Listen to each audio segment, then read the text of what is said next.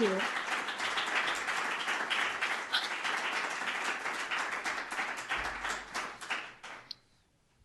Yeah, wow. That was very charming. Thank you. It's really nice to be here. Thank you so much for having me. I am very closely connected to a Stockholm-based institution called the Right Livelihood Award Foundation. Maybe you've heard of them. And there was a big award ceremony yesterday night, and so I'm also gladly returning to Stockholm, as I've been working for that foundation as an intern before. So it's very close to my heart to be here and to speak here. Yeah.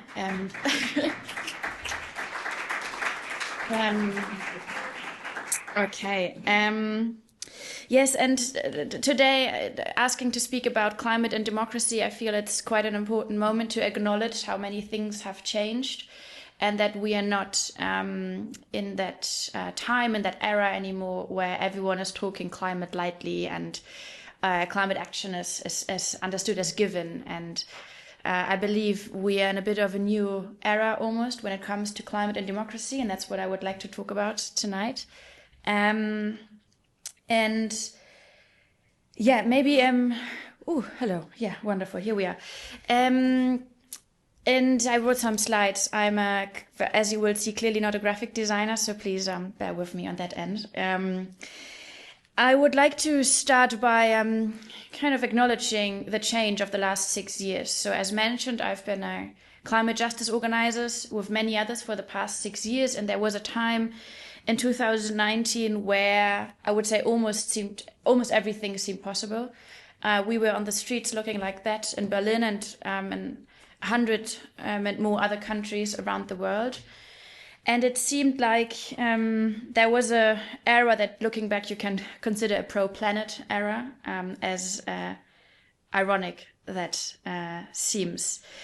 And then what followed in 2020 was a pandemic, an energy crisis, international conflict and war, and an era that, seemed very green, a wave that made so much of an unlikely change possible, turned into a time that is much less pro-planet, pro-democracy and pro-future, but more against everything.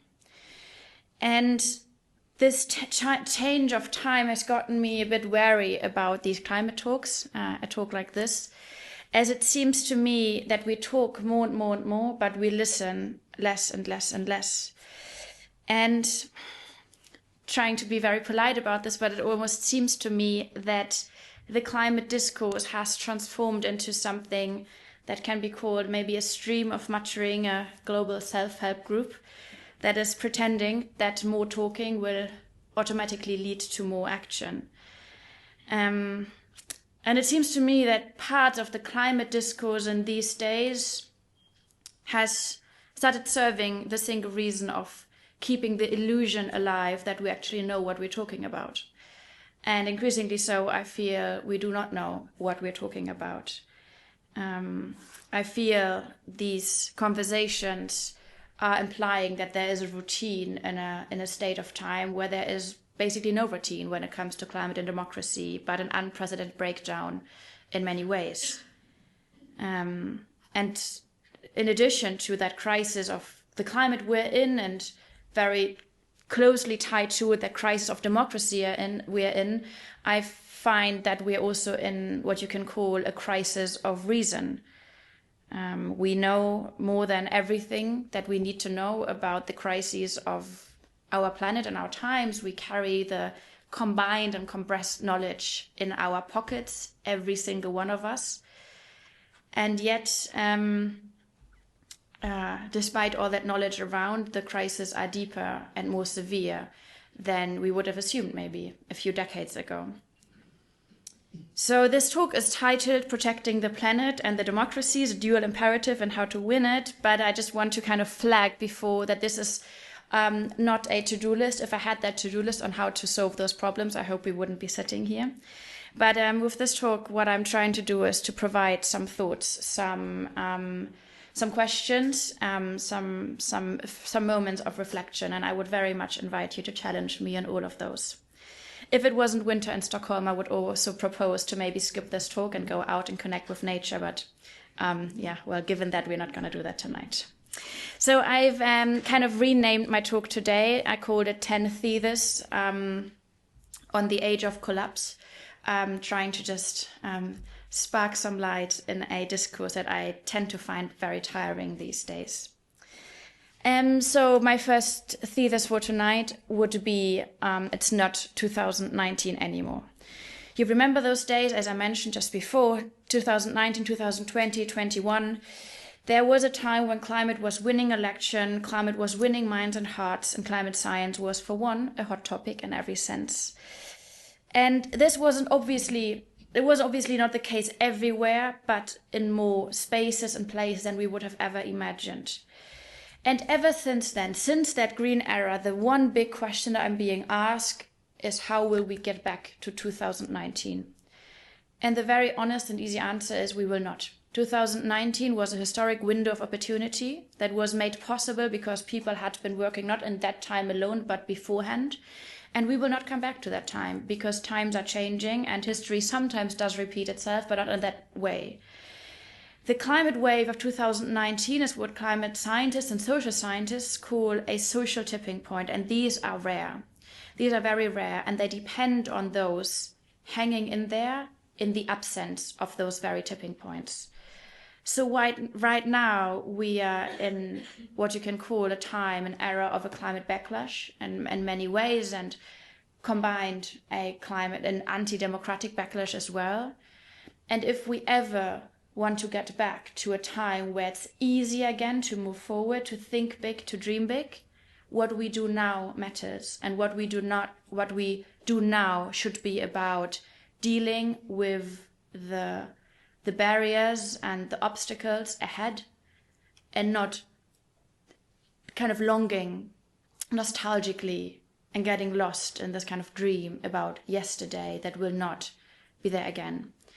So this is the time we have to work with. This is the work environment for all of us, and I propose to take it, to hug it, to embrace that, and to end this wishful thinking for easier times which aren't going to come.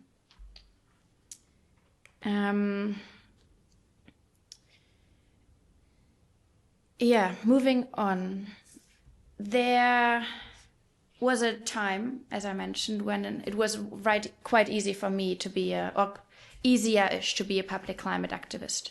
Looking back to the last 6 years, I would divide my work into two phases. There was phase one, where my most important job was to make people angry about climate inaction. And there was a second phase, which is the phase we're in right now, where I don't need to make anyone angry anymore because people are angry. And I'm sometimes even happy that they're still angry and haven't resigned yet. So this phase we're in right now is much less about making people angry, but it's about making people hope again. And then this time, I think there is a bit of we're facing a bit of a complicated discourse when it comes to hope. But I would approach this from this end. There is hopelessness around because hopelessness right now seems so very realistic. Why is it realistic to be desperate right now? Because for decades, we have told each other that it's too cheap to wreck the planet and that sustainability is too costly. And yet today, we're finding ourselves in times when the damages attached to climate destruction, to climate damages and to environmental injustice way outperform any of the benefits that we would all witness worldwide if we actually committed to climate justice and climate action. It's so cheap today to protect the planet, and yet we don't see any single country in the world effectively sticking to its climate targets. We find solar energy to be the cheapest source of energy by far, and yet fossil fuels are being expanded everywhere, paid by taxpayers, powered by democratic and autocratic governments alike. We were told for decades that once climate action is cheap enough, we would see climate action is as cheap as ever today, and it's still not anywhere where we need it to be. The despair is also real and realistic. Because 6 of our 9 planetary boundaries are hit.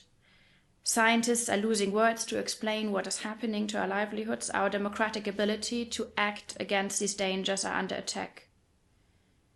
These attacks are no longer simply coming from anti-democratic forces, but they come from fake news, from artificial intelligence set out to distract and destroy. They come from some of the best funded election campaigns that we've ever seen. The idea tracker of the state of democracy has again identified this year a decline of the quality of global democracies. The despair, the hopelessness, the desperation out there is very real, and it's very honest, because the only planet that we have at hand is destructing alongside so many of our democratic qualities. The despair is also real because the project of humanity was in a way always led by the assumption that eventually reason will win.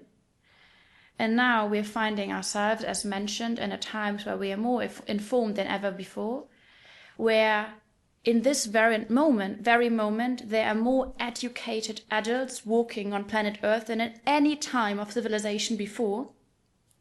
And yet it is the truth, it is the reason, it is the science itself that finds itself under constant attack. We used to say that knowledge is power, and I would say in these days we find knowledge can also be powerlessness. The despair is real, and it's very realistic. We also find ourselves in times where a lot of the assumptions over when people will wake up to the climate disasters are being proven wrong. For a long time we were told that once the catastrophes are here, people will act and they will wake up and governments will go out and do all sorts of things. Well, happy to proclaim the disasters are here, they're impossible to ignore. And instead of more climate action than ever, we find more climate backlash than at least in a long time. The despair is real, and the despair is sadly realistic right now. And that means for us the season of cynicism has arrived. And one of our greatest enemies right now might no longer just be disinformation or denial or fascism, but it also might be the struggle for hope. And this is not just a trend or a lifestyle, but quite an existential moment. And at this point, we might quickly differentiate between convenient and inconvenient hope. Because when it comes to hope, we might fall into quite a few of a cliche discussions that are not helping in my understanding. So what is convenient hope? Convenient hope is understood as something that you can that works like a pizza delivery. Convenient hope is something that you expect to be delivered to your doorstep. You receive it and you take it back to your couch to sit down just like you used to before, but just with a bit of a better feeling. And outside in that world, nothing has changed. That is convenient hope. Convenient hope to you is a promise from someone else, and you don't really care who it is, that everything is going to be fine eventually. Inconvenient hope, in contrast, is nothing you can order. It means not just expecting the world to be fine or just or whatever. It's expecting yourself to care about this and to do something about the world. The philosopher Rebecca Solnit says this kind of hope is a promise that you give to the world, that you will keep trying, that you will look closely for unlikely windows of opportunities. Inconvenient hope only exists in the context of your own actions. To accelerate action on the protection of climate and democracies, we do not just need more sustainable and feasible solutions. We need people to feel that they are possible and that it is worth fighting for them. People who have given up the possibility for possible change will not see, they will not acknowledge, and they will not engage in trying to work for them. And they wouldn't recognize those very tangible and possible solutions even if they would eventually arrive at their doorsteps. So why am I talking about hope? It's that in my understanding, if we do not solve the crisis of hope we are in, even if all the solutions are raining on all of us, we would find ourselves impossible, paralyzed to see and acknowledge them. people who have given up to the idea that things and times could change will not look out for the change that is actually happening. And more than that, they will never engage in it. And so what does it mean? I'm looking at democratic government, I'm looking at companies, at institutions, at communities, at schools, at movements, organizations, initiatives, to consider their role in the crisis of hope. Are they contributing to this by fueling more empty promises, by fueling that cynicism around, by keeping the impression alive that everything is useless and that we as people are too small to make a change? Or are they creating small beacons of hope, small moments of action, of change? Are they training us to understand hope, not something we have, but something we do? Number 3. Last fall, I traveled to the United States to find out how climate movements navigate under the pressure of extreme weather events on the one side and the pressure of the extreme right on the other side. My time in the US ended at the very week that Donald Trump was voted as a president-elect. So that was a bit of a tricky emotional week, I would say. And so I witnessed the 2 months ahead of the US election. And it is interesting to witness, obviously, what is happening as a climate activist, as someone who kind of cares for a planet to stay in a condition that we can work with it, because the next US administration is going to be the last one until 2030, and 2030, you might know, is that pivotal time, that pivotal moment when emissions should be halved compared to 2010. So, while being in the United States, 2 hurricanes, record-breaking hurricanes, hit the country, causing billions of dollars of damages, destroying family homes and lives in several states.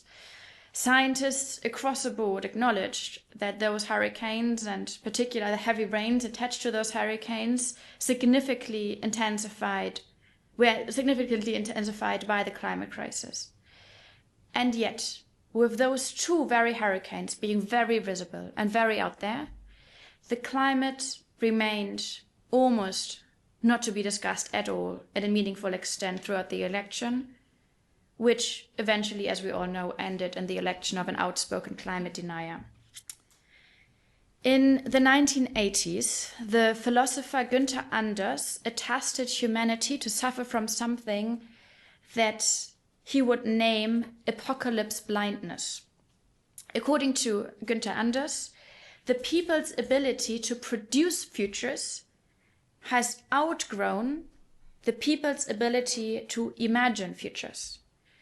So what does he mean? He means we can manufacture apocalypse in every imaginable way, but we find ourselves unable to envision the very apocalypse that we ourselves have manufactured. We can produce weapons of mass destruction that cause more harm to people than everything that we've seen before, and yet we have no sense of morality that would be able to grasp those very machineries of death. And similar so today in the climate crisis, we can produce disasters that people and civilizations have never seen before, but there's no ethics that could justify that. There is no understanding of moral, of community, of global responsibility that is as big as the very disasters that humankind has put out there. And that apocalypse blindness appears to have put ourselves in a place where we're confronted with our own action, unable to understand the consequence of those very actions.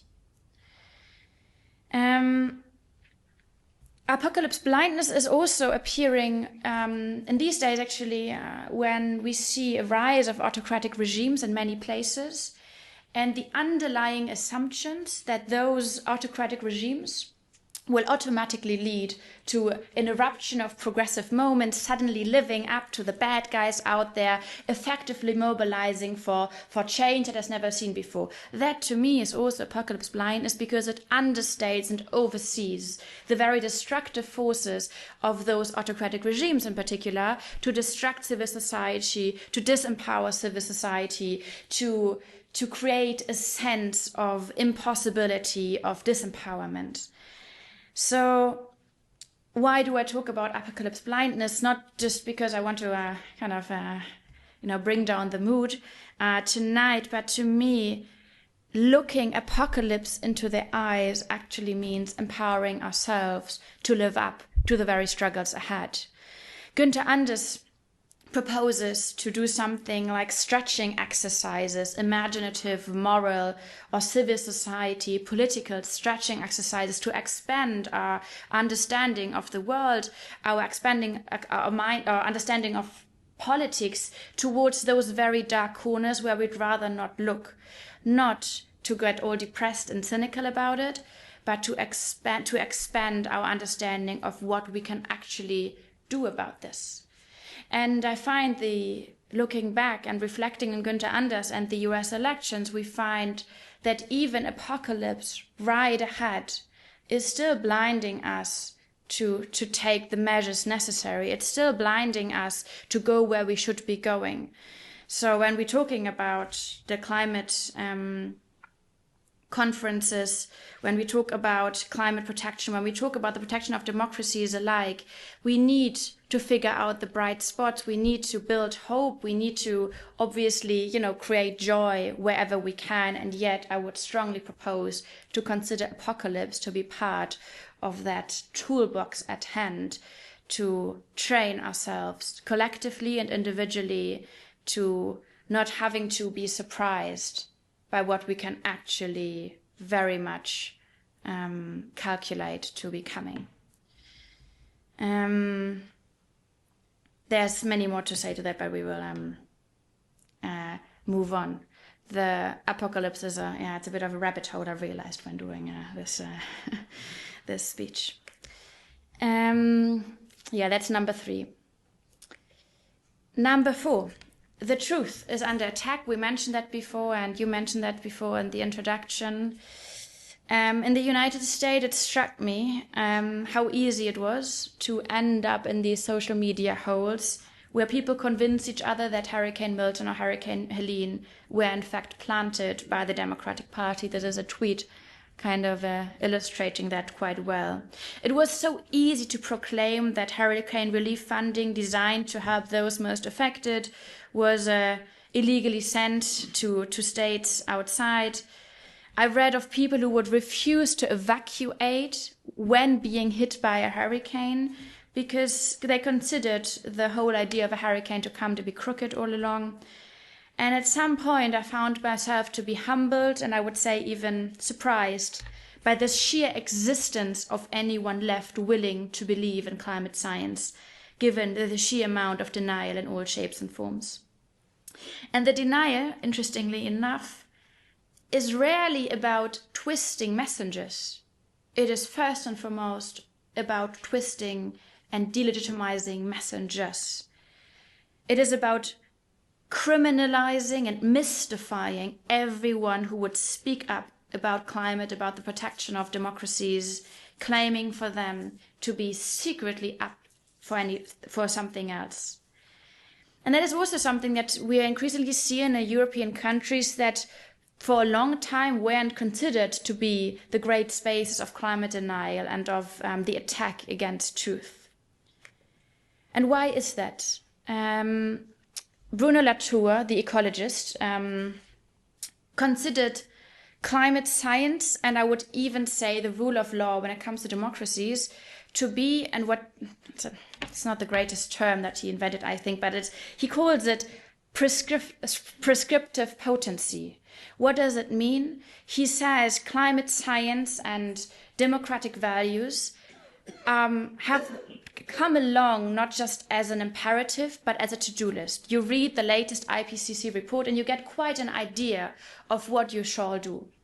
So at that moment that we actually see countries and government and institutions finally taking those reports and the climate science seriously, obviously there's increased interest in attacking and delegitimizing those very findings, those very reports, because just the existence of that science comes along with an imperative to act.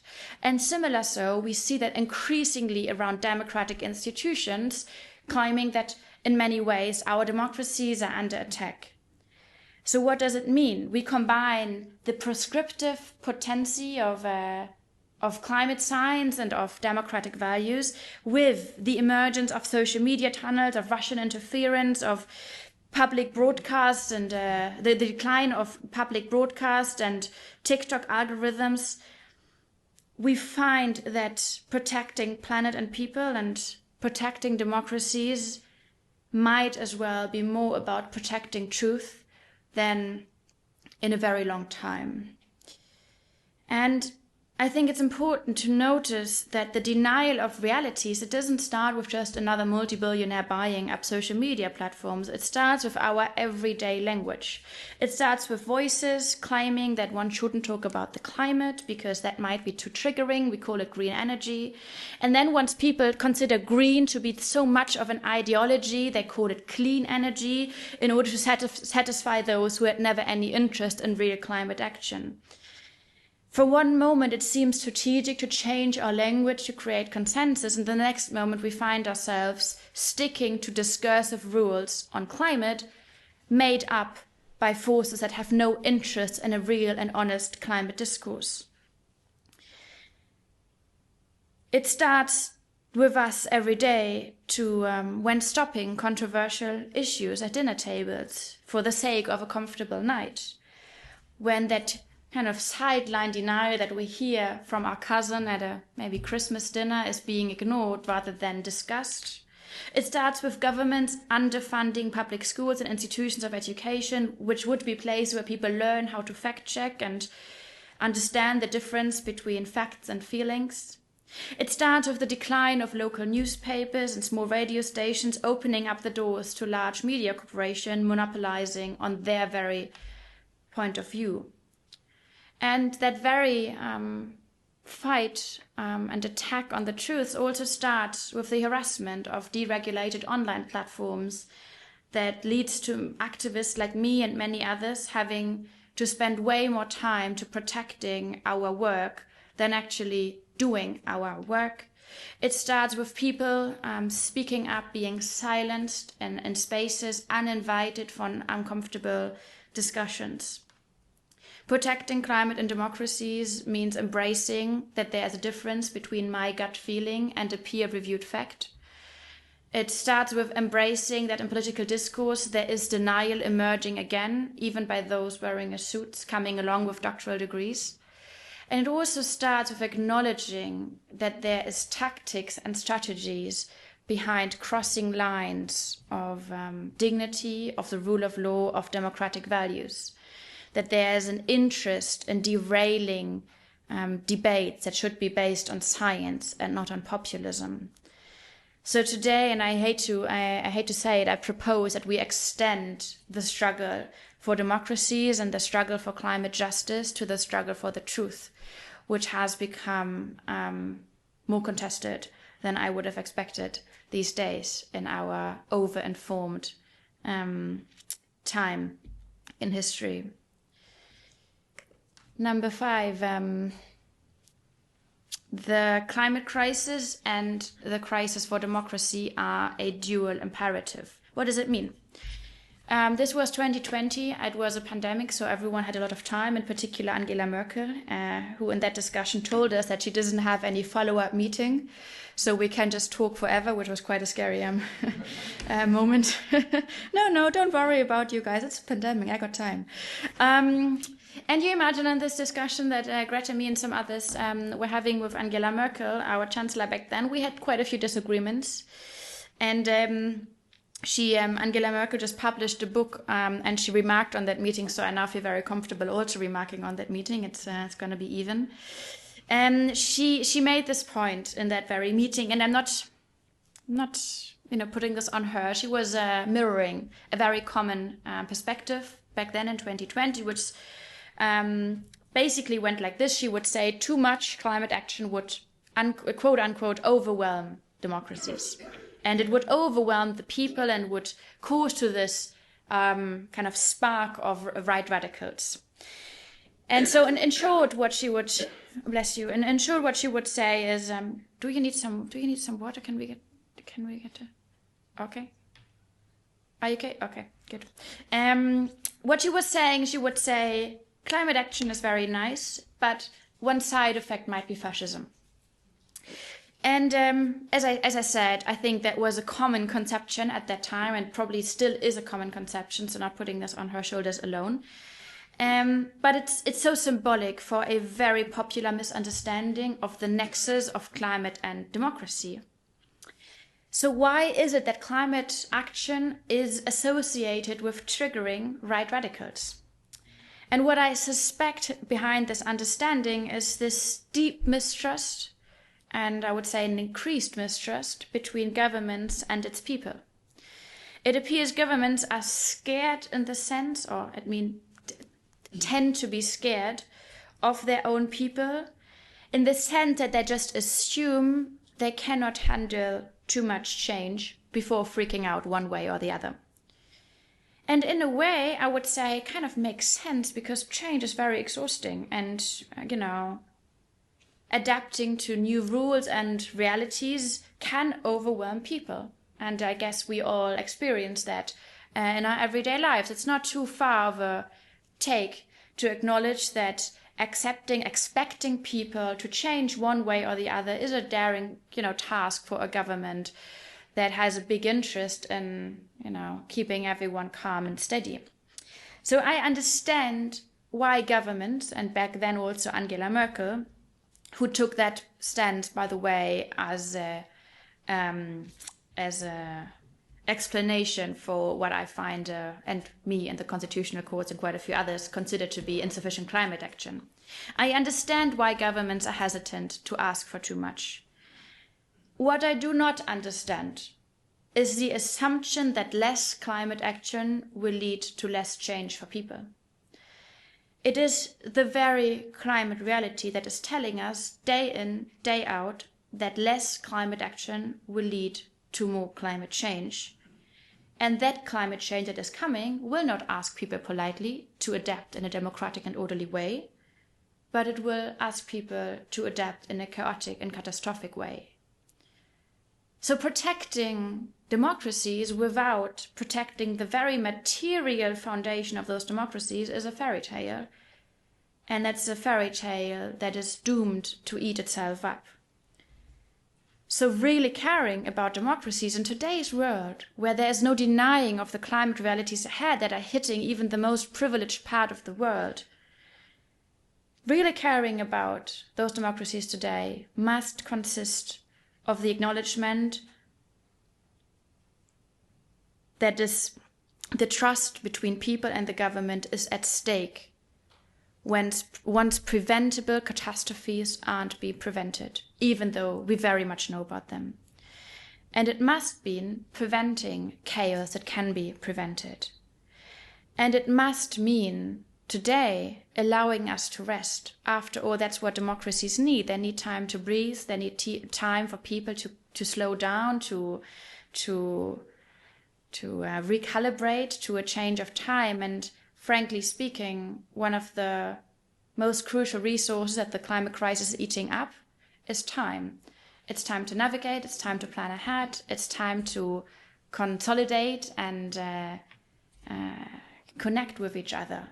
We do not have time in the climate crisis, and that is very much why we must take the time to protect our democracies through protecting people from climate disasters. And I find the pandemic to be quite a crucial example of what happens to a society when governmental decisions are having to be so fast and so immediate that people have less and less time to associate themselves with the new changes ahead. Not wanting to get into a debate about corona, about pandemic rules, but what we see in the long run is the detrimental damages done to many societies out there. Damages that are only playing out years after of that deep mistrust that has been piling up between people and the government. And I would assume a lot of that has to do with that immediate pace that had to be put on to people. And there's other questions or other issues attached. If we decide to protect democracy through climate inaction, what we produce is, very materially spoken, costs. We increase the budget that needs to be allocated to climate damages, to climate adaptation, to rebuilding after disasters. A few years ago, one of the worst floods in years had hit Germany, causing costs of 30 billion euros, just allocated to rebuild what has been damaged, and that is, that doesn't bring anyone back to life that has been killed by that disaster. So, in what world do we assume that we will have enough money and state budgets left to invest in infrastructure and social infrastructure and housing and education, also in the economy, if our climate disaster that we could have prevented or at least slowed down are eating up more and more and more of our budget? What money in the world do we expect that we have left to invest in the future if so much of our resources are being occupied by kind of running behind the disasters that we could have actually slowed down? So protecting our planet without protecting our democracy, and vice versa, is maybe another fairy tale that we might break up with. And in contrast to that, what we're seeing, that protecting democracies through sustainable and just climate action offers maybe some of the greatest social and political innovations at hand, making sure that people everywhere actually learn that we have tools that are needed to protect ourselves, to rise up to challenges that we can actually foresee, that we do know our ways to introduce just measures that bring back people together. Why is it, though, that climate and democracies are under attack? We have obviously quite an understanding of what caused the climate crisis. We know that the vast majority of emissions are caused by fossil fuel industries, and yet it is no coincidence that the climate crisis and the crisis of democracy are emerging quite at a similar moment in time. And obviously there's many reasons to every single of those crises, but there's one big connection between the crisis of democracy and the crisis of the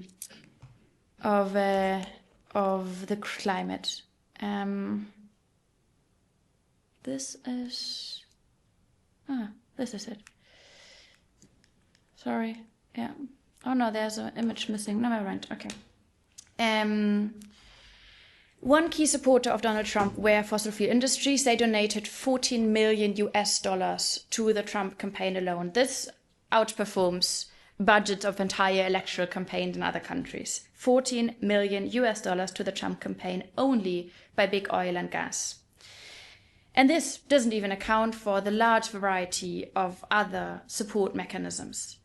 So obviously, there's one very obvious way in which it makes sense that fossil fuel industries have an interest in electing a climate denier. It's obviously their business plan to stay in business, to keep expanding, and anyone, kind of closely attached to, say, international climate agreement would be a problem for an average fossil fuel company. And this is supported, luckily enough, by the UN. The UN, after 20 years of embarrassingly low outcome climate negotiation, actually in 2023 acknowledged that we as a global community should transition away from fossil fuels. And that is obviously a very poor outcome in the world of unprecedented climate disasters and climate breakdown, but given that we are navigating in a world that for 250 years has turned into what you could call a pyrotechnical party, a world that is run on burning stuff, the idea that we collectively transition away from fossil fuels might be quite close to a revolution. And we know, of course, that agreements at the United Nations Conference of the Parties tend to be forgotten the day after. But we're also navigating in a world where right now more than 1,000 climate litigation cases are being discussed, a world that knows more and more and more about how to protect itself against fossil fuel interests. So for an average fossil fuel company, would be part of the 95% of the oil and gas industries that are planning to expand. Any of those global plans to transition away from fossil fuels are risking their business.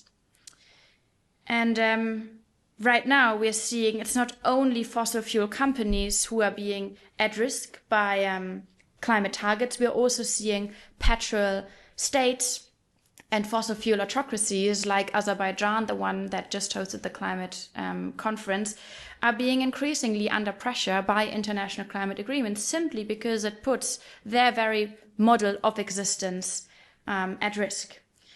So an average company involved in fossil fuels wanting to expand a coal mine, a pipeline, or a gas field obviously has very little interest in international justice and democratic order, simply because we are ourselves asking them to break up their dirty business. But it is more than that. We are not only seeing that more and more fossil fuel interests are getting involved in climate in campaigns on political elections, but what we are also seeing, and that is very interesting, more and more fossil fuel industries getting involved into the pushback against climate movements, delegitimizing climate activists, suing non-governmental organizations. We are seeing organizations as big as Greenpeace being at risk of having to close down offices over the pressure that they're experiencing from fossil fuel industries. So while there are a trillion reasons why democracies are at risk, one of those might as well be the increased risk of business of fossil fuel interests. And when looking at how we can protect democracies, we might as well take a look at who is attacking those democracies right now. And we might as well engage in a bit more of an outspoken language against companies that are openly violating our democratic values virtually everywhere. Number 7. Greenwashing is a concept that has been quite vocal everywhere. We see greenwashing being something that has been discussed in many places, companies covering up their actions that are associated with fossil fuel industries and fossil fuel emissions to appear more shiny, more green, more future ready or whatever. And I would assume greenwashing today to be, quite frankly, one of the most destructive activities you can do, because you don't only imply that the things are better than they actually are, but you also imply that more action is not necessary because everyone is moving towards the right direction. You're creating an illusion, another fairy tale of a different state of the world that we are in. You're disengaging others who would maybe go out and actually fight for something. Greenwashing means disengaging who would be doing something for the sake of your own dirty business. And maybe the automobile industry of Germany is one of the greatest examples how criminal networks are building up in one of the most powerful industries that we have, just for the sake of not having to stick to international values, to international climate agreements, to European emission standards. And the interesting thing about greenwashing is that it's closely connected to what you can call democracy-washing. So what we see increasingly the last years is that under the apparent protection of democracies, climate movements and climate players are being oppressed. What does it look like? Countless democracies like the German one, but also the British democracy, or in places quite liberal like Switzerland, we see laws oppressing public mobilization and public protest in the name of protecting the rule of law. We see climate activists being criminalized in the name of our constitution in places like Germany. We see funding being cut to organizations that are involved with peaceful civil disobedience as political scientists, meanwhile showing us that a strong democracy also must have the space for peaceful and democratic civil disobedience. So what we're seeing is not only the climate being under attack from fossil fuel industries, from autocrats, from fascists, but also from greenwashing industries alike, we are also seeing that those who are set out to protect our climate, our livelihoods against that very backlash are also under attack, ironically so, in the name of our democracies. And this isn't just something that has to do with laws being put in place to crack down protests and make it harder and harder and harder for organizations to find funding or legal support. That also starts again in our very language. Who is a terrorist in the climate crisis? Who is a criminal in the climate crisis? Who is the one imposing a danger on a society? And who is the one we can trust in a society?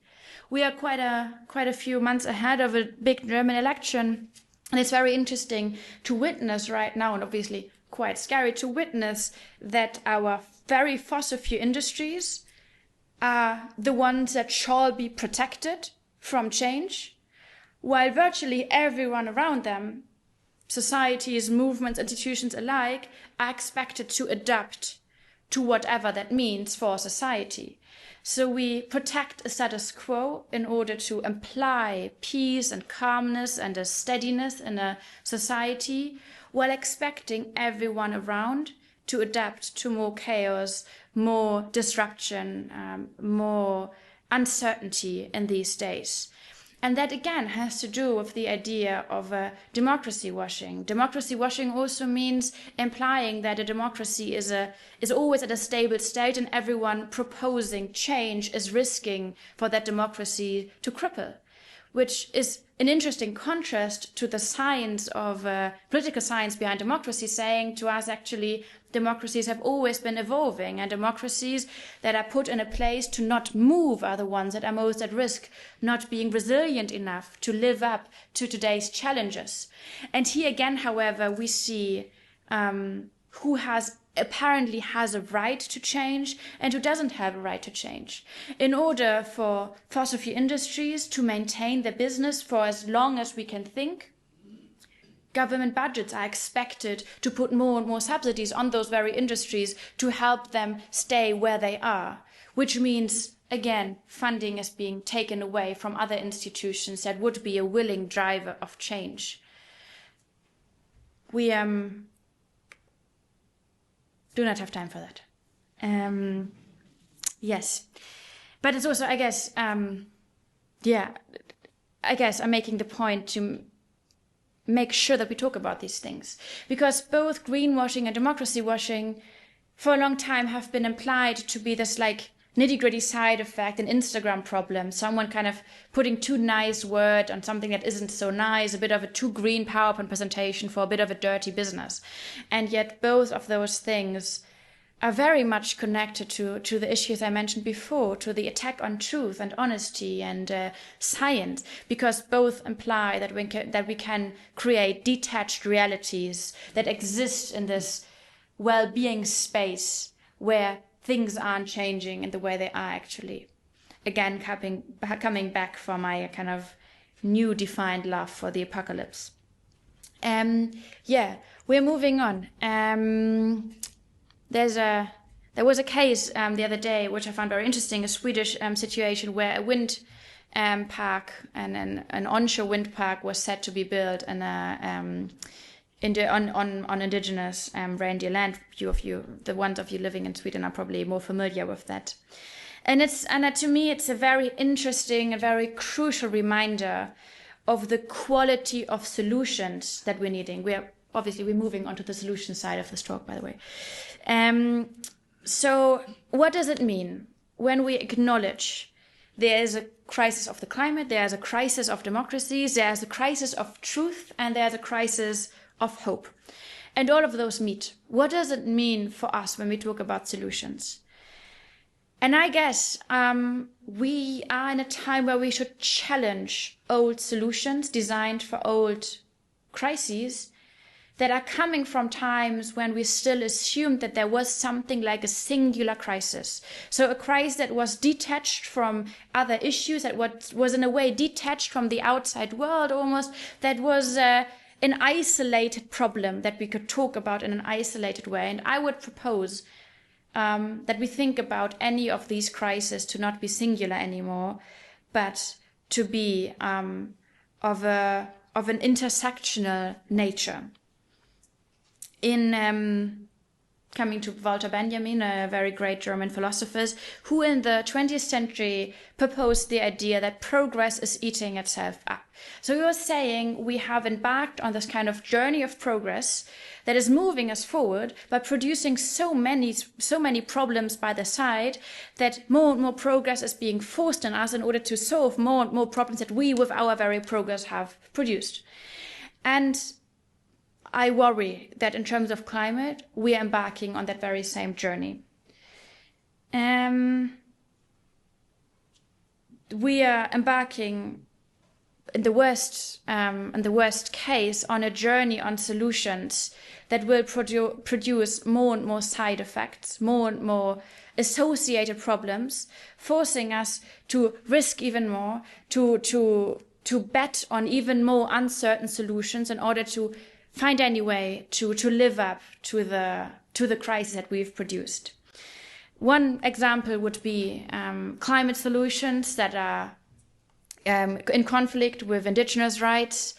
We see in other ways budget cuts on social welfare in order to fund climate action, which of course, it's eating itself up. It means social security will be under attack, creating insecurity and inequality among a community that is asked at the same time to deal with the climate crisis. It's eating itself up. Another example would be media outlets embarking on climate issues detached from the state of the economy, implying that we can solve the climate crisis at one point and produce more dirty energies on the other side.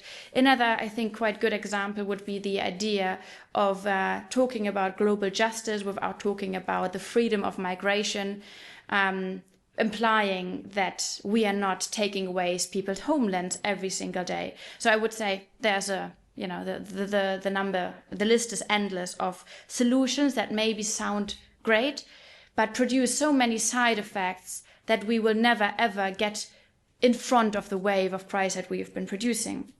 And what is on the other side? And I think that is so beautiful.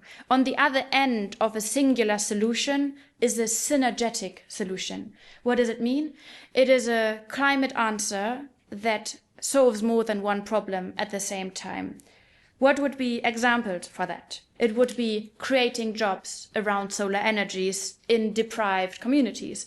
It would mean strengthening indigenous rights through the protection of nature. It would mean investing in youth and education to support democratic institutions. It would mean investing in international trust and international institutions through climate payback and so on and so forth. And the more you think about it, I would propose, the more beautiful it is. It means that we can stop claiming that we have to divide our worries for different crises. It would mean ending the idea that we can play out one crisis against the other. It would mean the end of the fairy tale that there is no solution that fits for all. There are some solutions that fits for many, but it's up to us to investing the time and the energy to actually find those very solutions. And that brings us to those guys. What isn't a solution? There were many voices. I'm getting to the end of my, I'm seeing the nerves here. When I started my activism with many others, one big thing that I encountered was confusion. A lot of people being very, very, very confused that it's angry teenagers on the streets kind of challenging their political legacy. And I sympathize with that. I thought it was so nice and humbling for people to be confused about the existence of an emergent youth movement. But why is that so? Because we are trained to believe that the big and important changes for us are usually coming along with man, machine, and money, not with emotion, climate movements, and young people. And that, I think, tells us a lot about how our thinking is designed to serve the tech bros out there and their innovations, and not the huge variety of other innovation that are out there. And I'm not arguing against technological innovation. I mean, it's a technological innovation that brought us renewables and all these things. That is great. I just propose to extend our understanding of where change could be coming from to social, culture, political, scientific changes, community changes, self-made changes, DIY changes, change that is coming from the periphery.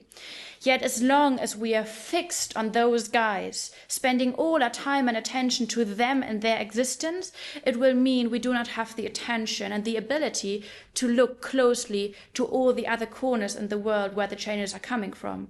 And I'm proposing that the big positive change that we're needing to see will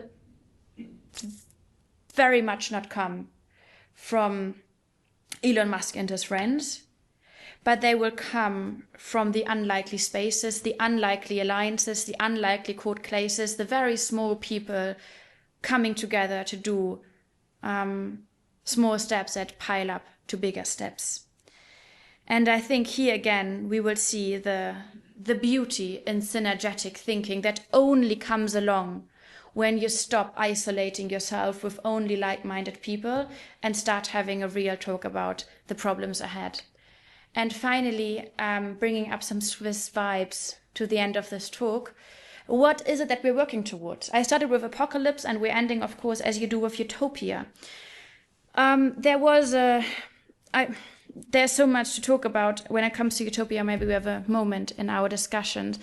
But to finish on this thought, just as well as I propose to get very real and honest about the apocalypse and what is blinding us to see unexpected change that is no longer unexpected because we have all the reports telling us that this change is coming. On the other end, I think we must ask us very honestly and very precisely, what are we expecting to see at the end of the tunnel? And I worry that Hollywood hasn't done us a good job here in creating a utopia that I think is a bit of a misleading idea. Utopia to me doesn't mean that we will end up in this eco-environmentalist, happy democracy, fairy tale country fair where all of us are dancing together to kind of the rising sun.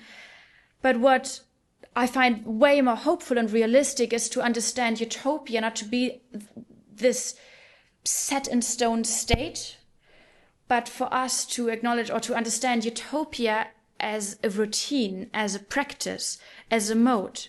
What does it mean in climate? To give an example, in climate, it wouldn't mean that every single day in, day out, climate is on all headlines. Every single day, all of us have to stand on the streets to prove that we actually care. But in climate, it would mean that we introduce an ecological routine to our lives, to our governments, to our institutions, to our politics, saying whenever we make a decision on what we do, how we go ahead, how we make a plan, climate plays a role, the emissions plays a role, the ecological justice plays a role. Introducing a routine so we can stop freaking out at times and calm down a bit. Same for democracy. When talking about budget cuts, talking about governments, talking about also our community management, talking about how we set up school systems, where do we train our democratic muscle? Where do we train to negotiate, to have uncomfortable discussions? Where do we train to acknowledge the discrepancies between the world we live in and the world we like to live in? Where do we train our democratic understanding of how we act and react to the world ahead? That also would mean we can stop being the annoying ones in the room because we know we've introduced a practice that thinks about the protection of democracies even when there's no one standing up and shouting and screaming.